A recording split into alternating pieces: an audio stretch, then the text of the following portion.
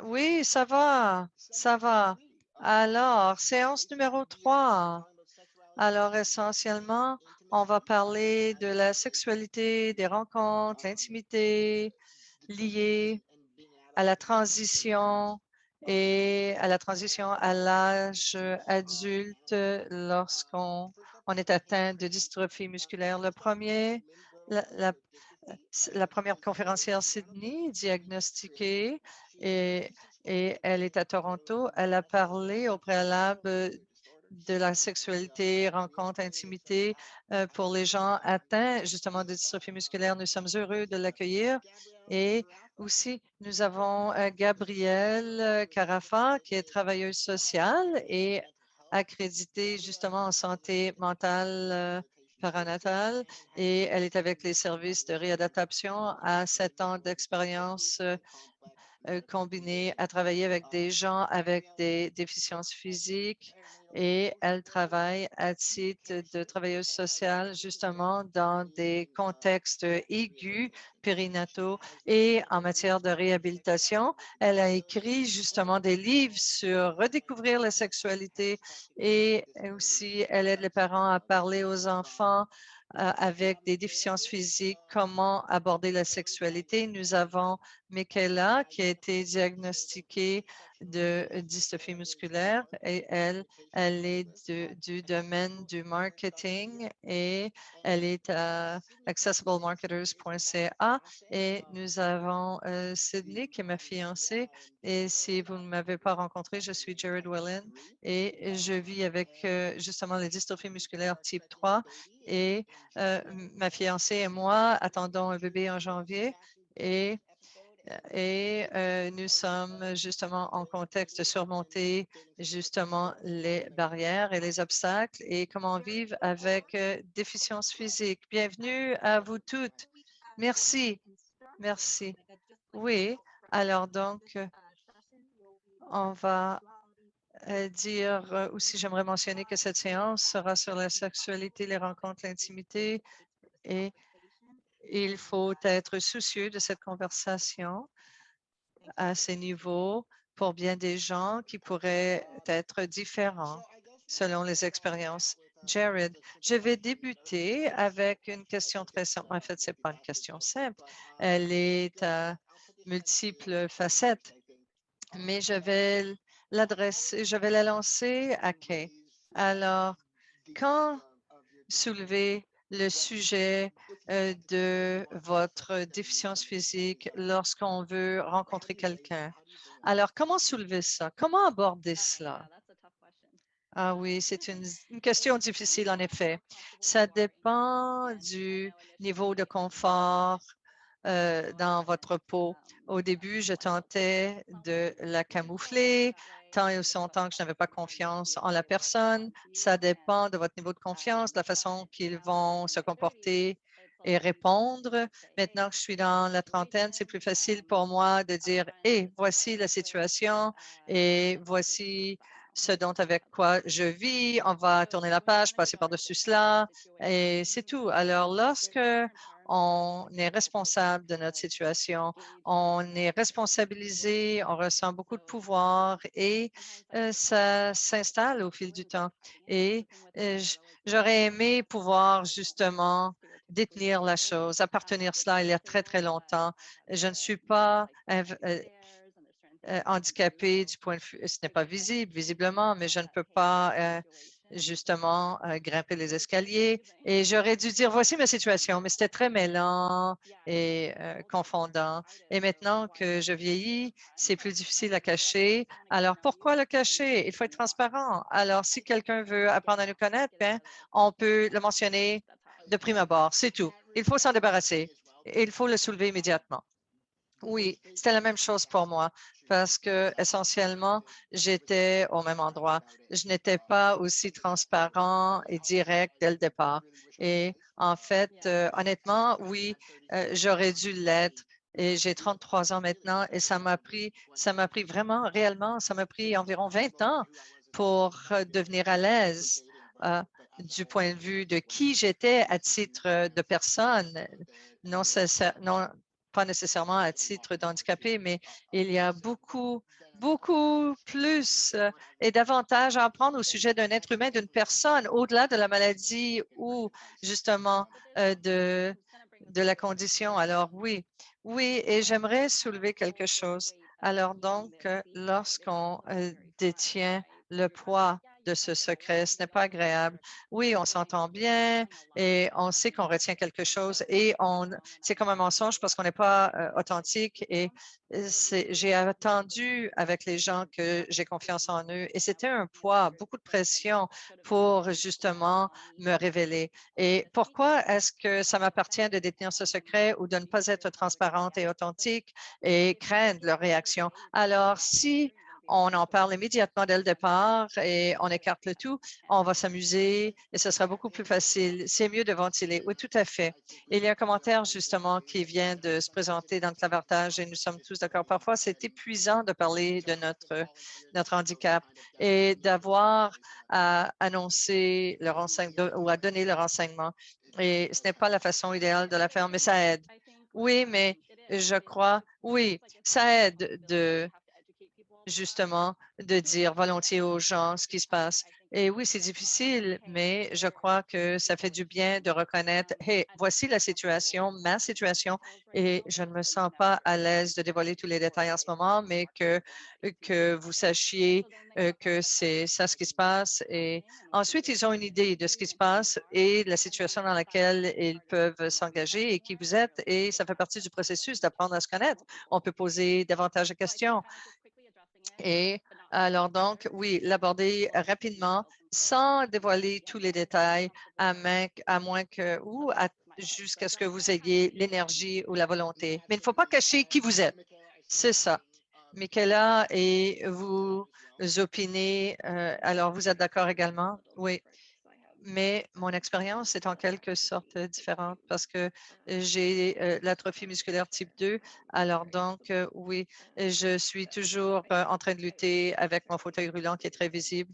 Et voilà l'expérience. Ce n'est pas la même expérience qu'être en mesure de le cacher ou d'avoir à dévoiler euh, ce dont on est atteint.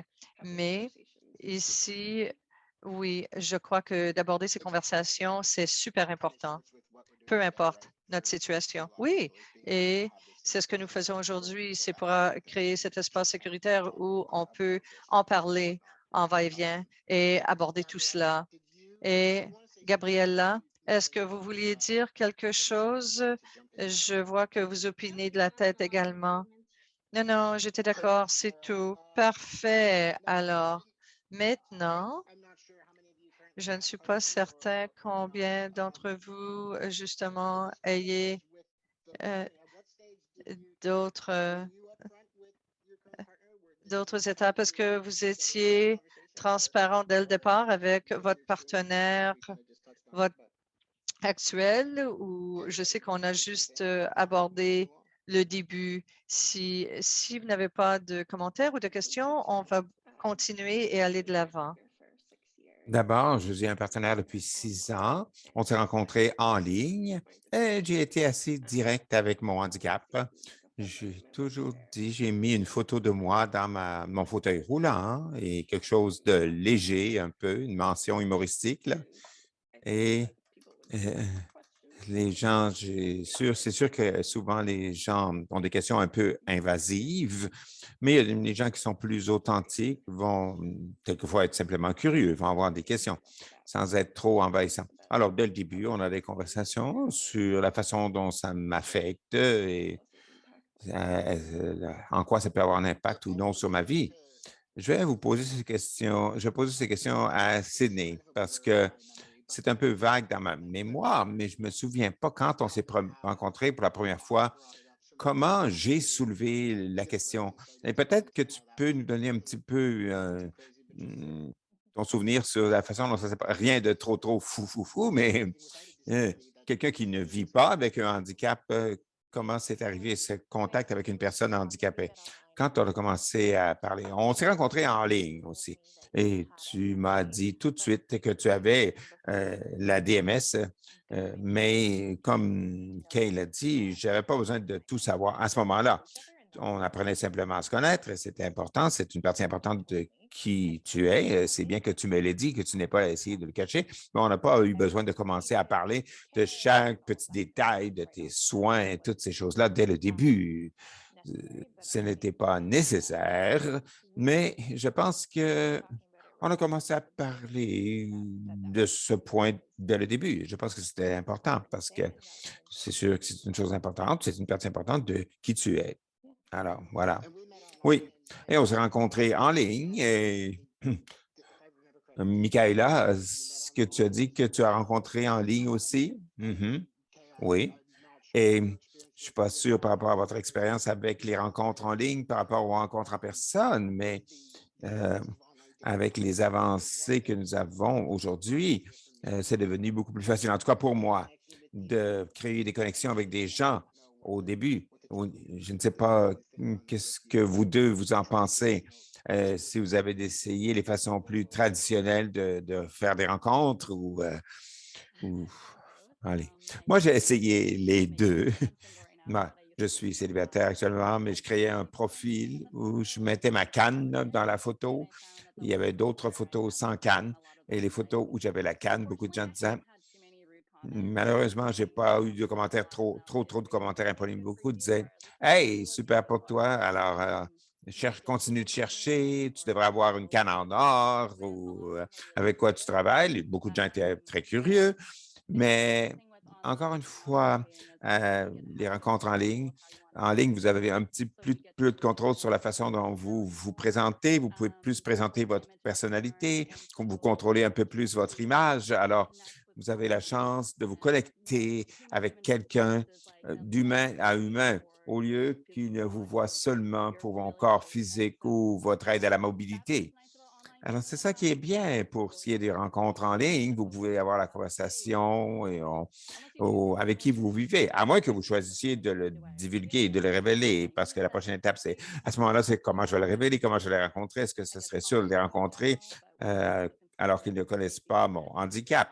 Il faut faire attention. Notre sécurité est à risque et on est très vulnérable. Avec les rencontres hors ligne, ils vous voient exactement qui vous êtes, ils vous voient directement, ils peuvent voir votre handicap. Alors, vous avez déjà levé ce fardeau d'être obligé de sortir de la garde-robe, de sortir en personne. Quand vous faites une rencontre en personne, ils voient exactement qui vous êtes et c'est bien parce que j'ai eu des collègues de travail qui ils le voient.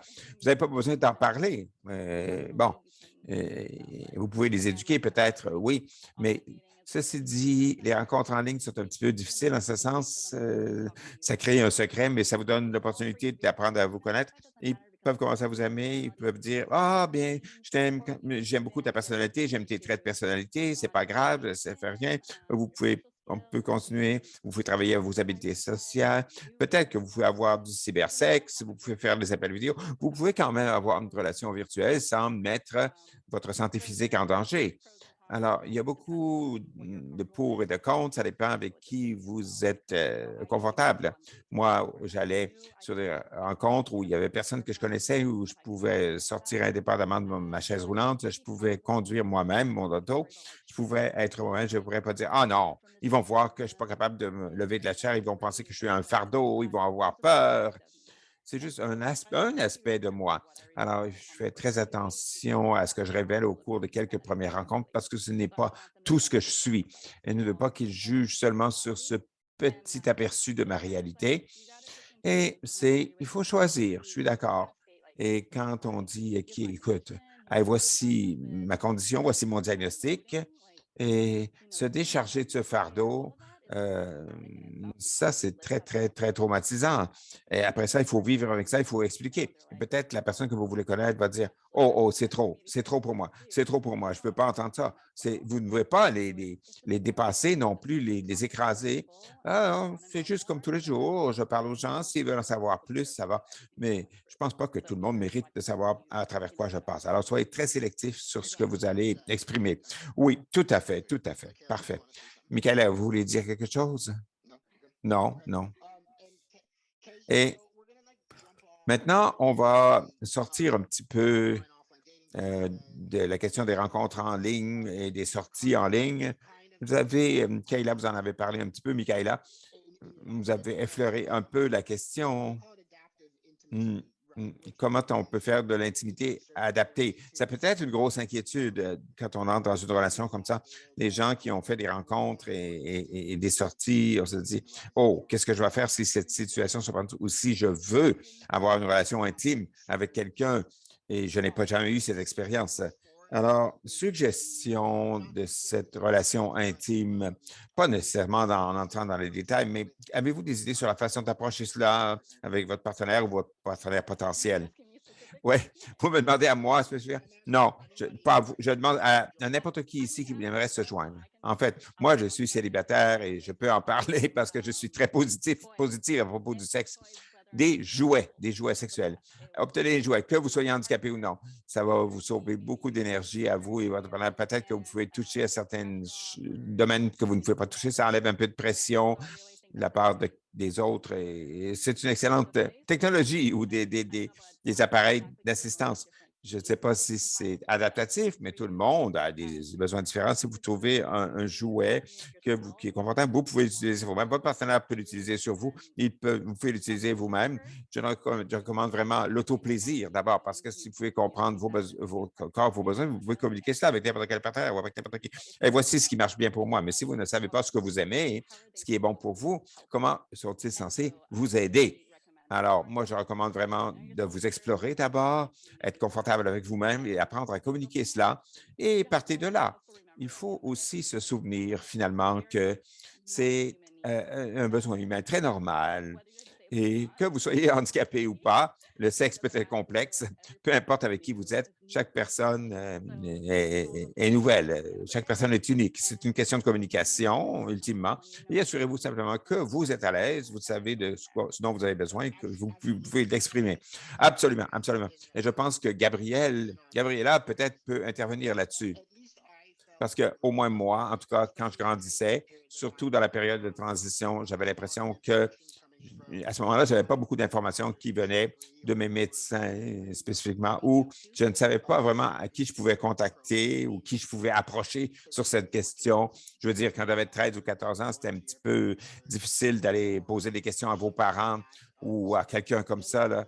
Alors, Gabriela, si vous pouvez parler un petit peu de ces questions, si vous avez des suggestions ou des conseils à donner peut-être pour les gens.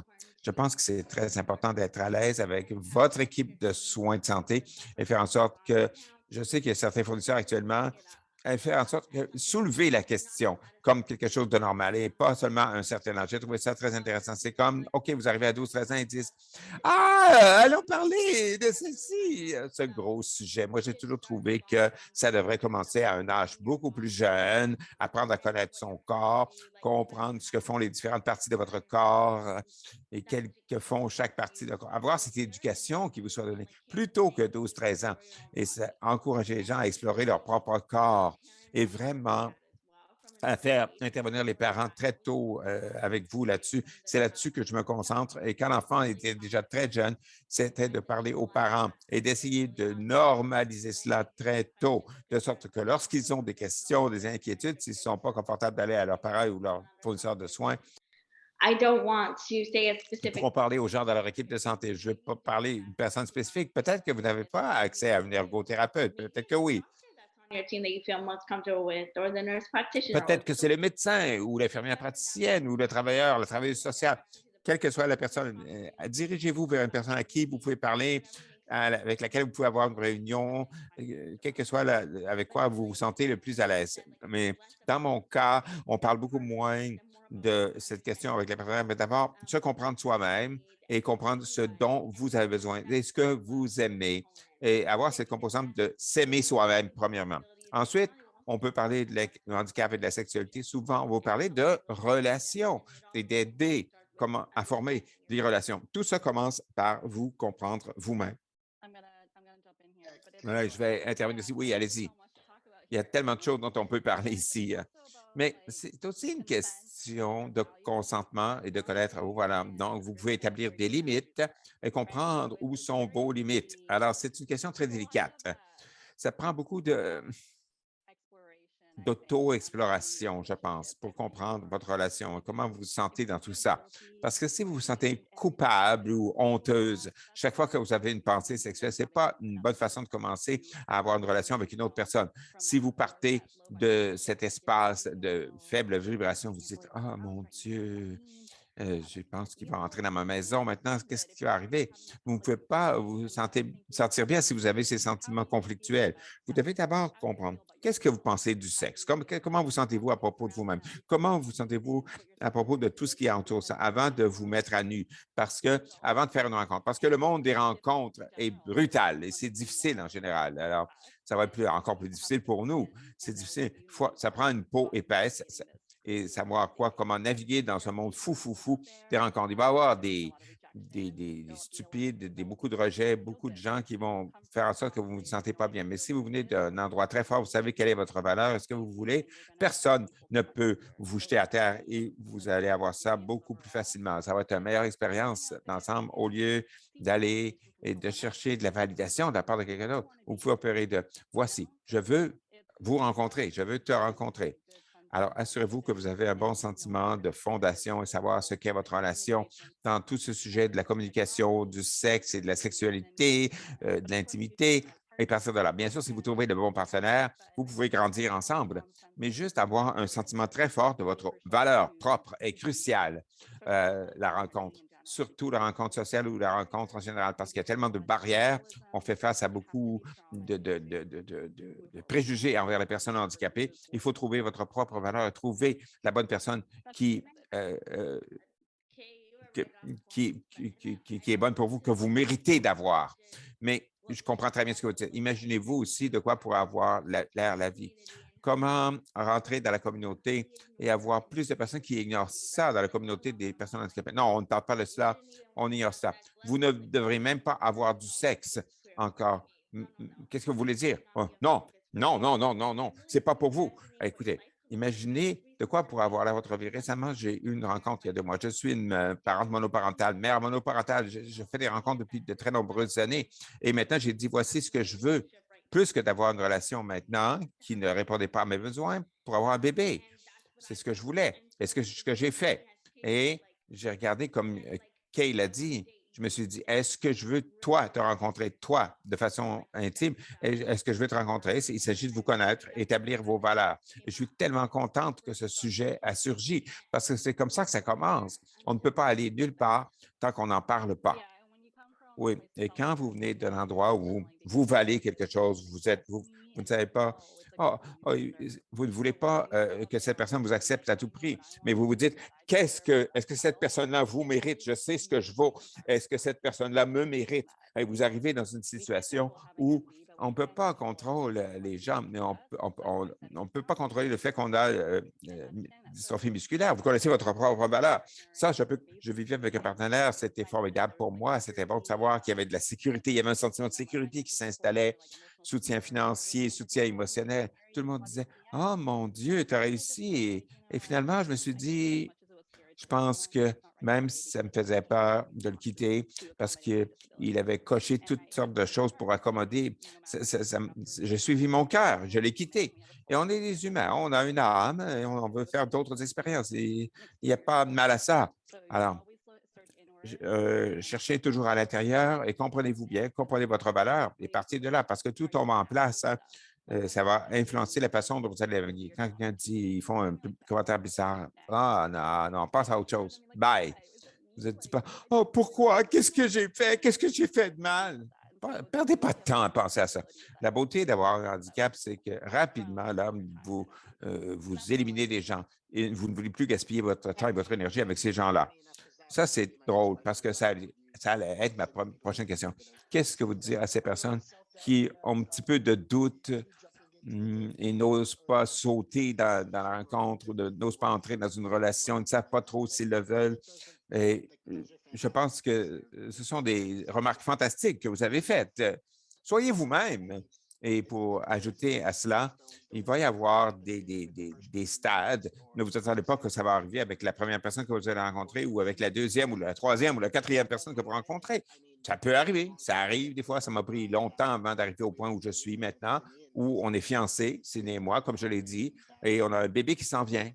Et c'est quelque chose que je ne pensais pas avoir il y a 5 ans, mais en me présentant, en permettant de me dire aux autres qui je suis, on m'a donné, j'ai eu en récompense toutes ces choses formidables. J'ai rien eu besoin de faire quoi que ce soit de différent, sauf être moi-même. C'est tout ce que je dirais là-dessus. Très bien. Maintenant, de quoi d'autre est-ce qu'on voudrait parler? Y a-t-il des questions? Est-ce qu'on a des questions? Est-ce qu'il y a des questions qui sont rentrées dans le chat? Oui, Jared. Oui, vas-y, Omira. Je me regardais ici. C'est une excellente question. C'est un commentaire aussi.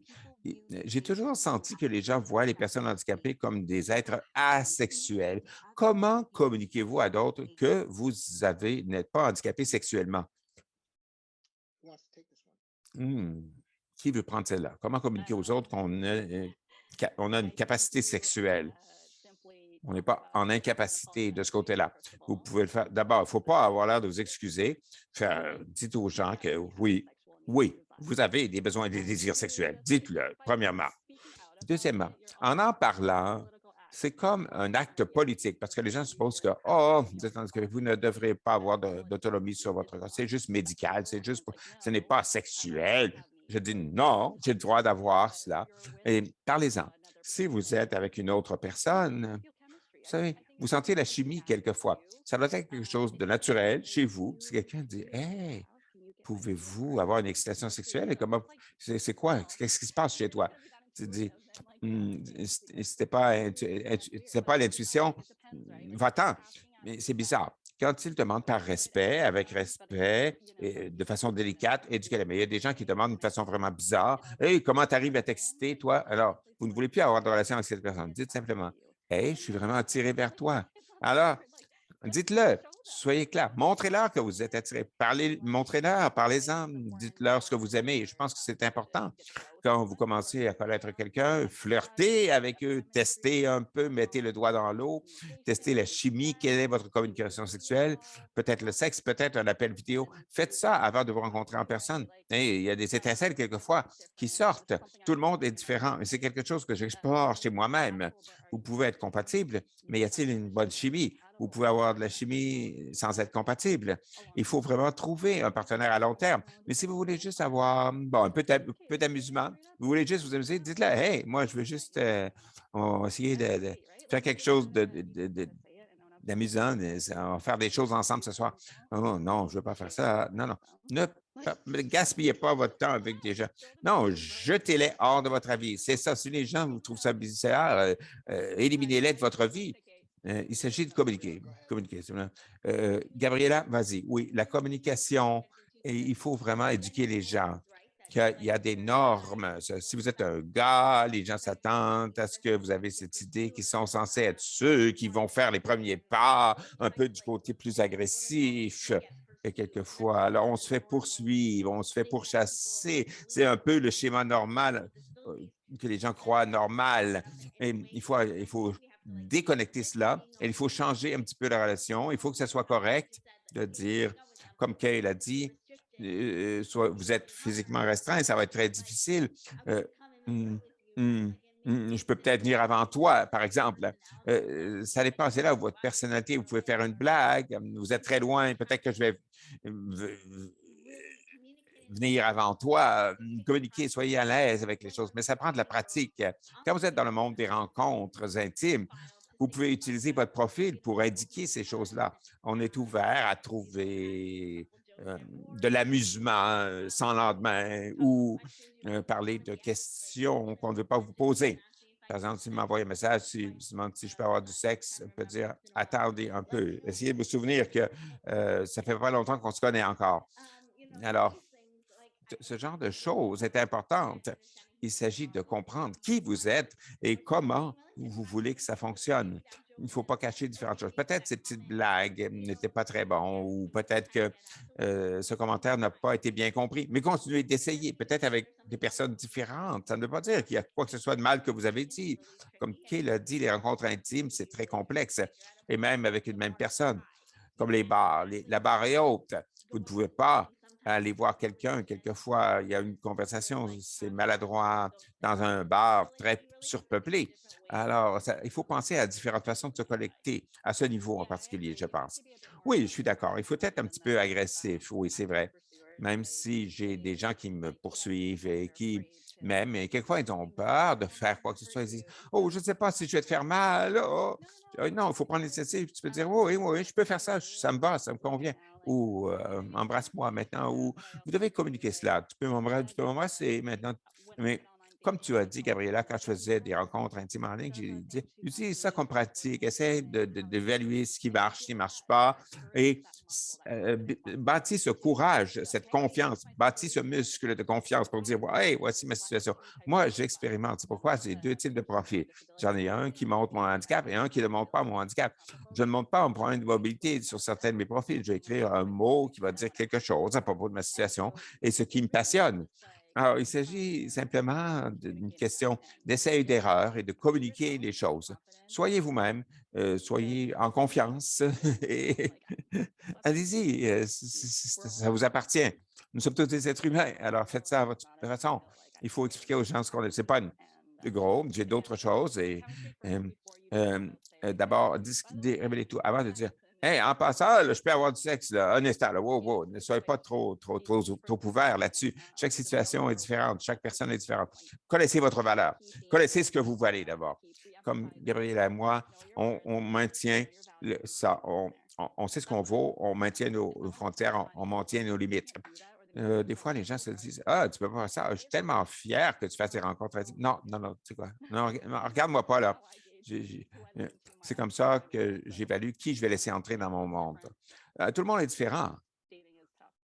La rencontre, c'est dur. Les sorties, sortir avec quelqu'un, c'est difficile. Ça effleure un peu ce que Gabriela a dit. On ne peut pas rentrer là-dedans en pensant que ce n'est pas vous. Donc, que ça ne marchera pas comme ça pour tout le monde. Hein. C'est pas tout le monde qui ont les mêmes genres de batterie. C'est pas n'importe qui peuvent entrer dans une maison et bon, le rencontrer tout de suite de façon agressive. Et où tu travailles, qu'est-ce que tu fais? La communication, c'est la question principale. Tout revient à ça. Et je pense que c'est important que, à part les relations intimes, à part ça, il faut pratiquer la communication avec chaque partenaire que vous avez. Parce que si vous voulez avoir ces conversations sur le sexe et l'intimité et comment avoir ce plaisir avec d'autres, alors je pense que ça commence bien avant cela pour être capable d'être à l'aise avec l'un avec l'autre sur toutes sortes d'autres sujets, à part la salle à coucher, si vous voulez. Bon, OK. Omira, tu nous as dit qu'il y avait une question qui a surgi. Il y a une question pour vous, Jared. Les gens veulent savoir, en tant qu'homme, pouvez-vous parler? Quel est votre point de vue sur ce sujet de la sexualité et les handicaps? Hum, À dire le vrai, je ne trouve pas ça si différent dans l'ensemble de ce que Kay et Michaela et Gabriela ont dit. Mais en même temps, il y a ce rôle traditionnel que beaucoup de personnes s'attendent que l'homme, ils s'attendent que je sois d'une certaine façon, je suis comme le muscle dans la relation, je suis censé être celui qui répare les choses dans la maison, ou celui qui est le matamor, l'agresseur, celui qui va courtiser. C'est très difficile pour moi de réaliser que, bon, ce n'est pas comment, ça ne doit pas nécessairement être comme ça. Et je pense que dans l'ensemble, on essaie tous ensemble de comprendre comment ça va aller, mais ce n'est pas qui je suis en tant que personne. Physiquement, je ne suis pas cette personne. Alors, pourquoi essayer d'être cette personne psychologiquement? Alors, tout ça revient, je pense, à la chose principale que je retiens de cette conversation, c'est soyez vous-même, mais soyez à l'aise avec vous-même. Et oui, ça ne sera peut-être pas la façon traditionnelle de faire les choses, de courtiser, de faire une rencontre avec intention de faire une rencontre intime, mais je peux toujours faire une rencontre intime, essayer de sortir avec quelqu'un, Mais il y a beaucoup de gens qui n'ont pas de préjugés dans ce genre de choses. Mais chaque fois, il y en a qui l'ont. Il y en a un sur 12 peut-être, mais il y a des gens qui sont ouverts, qui sont. Moi, je suis ouvert. Récemment, je viens d'apprendre à devenir beaucoup plus ouvert à ces sujets. Et ça, c'est, je pense, la chose la plus importante. Bon, alors j'espère que ce que je viens de dire aide. Oui, voilà, voilà. Il nous reste environ 5 minutes.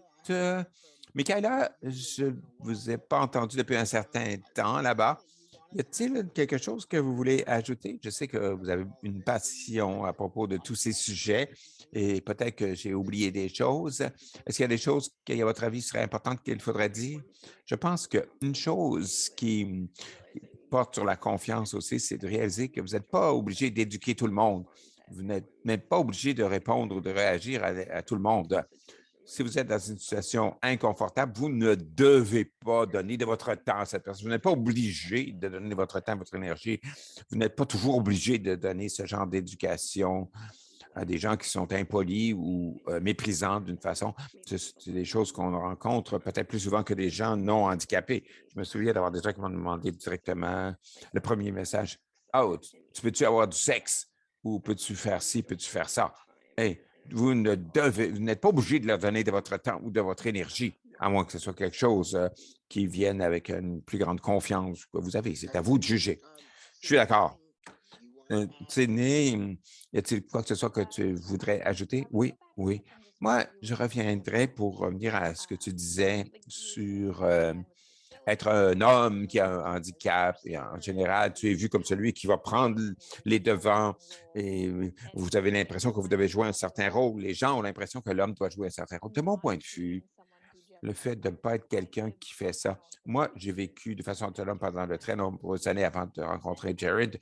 Comme j'étais une personne pleinement autonome, ça a été très rafraîchissant de finalement rencontrer quelqu'un qui pouvait me permettre de faire toutes ces choses que j'aime faire parce que j'aime faire des choses dans la maison. Par exemple, c'était vu généralement plus comme un rôle traditionnel. J'aime faire des choses traditionnellement masculines, comme j'aime tondre le gazon ou des choses-là. J'aime beaucoup faire ces choses-là plus traditionnellement masculines. C'était bien de me faire dire que je ne peux pas faire ces choses-là parce que ce n'est pas une femme qui doit faire ça ou c'est supposé être le travail de quelqu'un d'autre. Je pense que c'est difficile pour les gens de comprendre ça. Un homme avec handicap, c'est un peu difficile peut-être de penser qu'il ne peut pas faire ces choses-là, mais pour moi, c'est bien d'avoir quelqu'un qui respecte mon indépendance et ma capacité de faire certaines de ces choses et pas me faire dire que tu ne peux pas tondre le gazon parce que c'est une femme ou tu ne peux pas réparer un comptoir. Mais il y a des choses, je suis d'accord avec Kay, il faut se connaître. Et pour chaque personne décente, il y a peut-être 10 personnes qu'il faut traverser qui ne sont pas aussi acceptables. C'est malheureux, mais ça vaut la peine. À la fin, quand vous trouvez la perle, cette personne qui est 1 sur 10. Parfait. Eh bien, il est maintenant 11h30 déjà et bon, la matinée a passé très vite aujourd'hui. Il nous reste une autre séance après celle-ci, Tori, je pense. Après, ce sera la pause pour le dîner. Encore une fois, merci. Merci à tous d'avoir pris cette séance. Je vous remercie tous de vous être joints à nous et de nous avoir donné une excellente discussion. Je pense que ça va être très, très bénéfique pour tout le monde. Kay, Michaela, Gabriela, Sydney, merci beaucoup.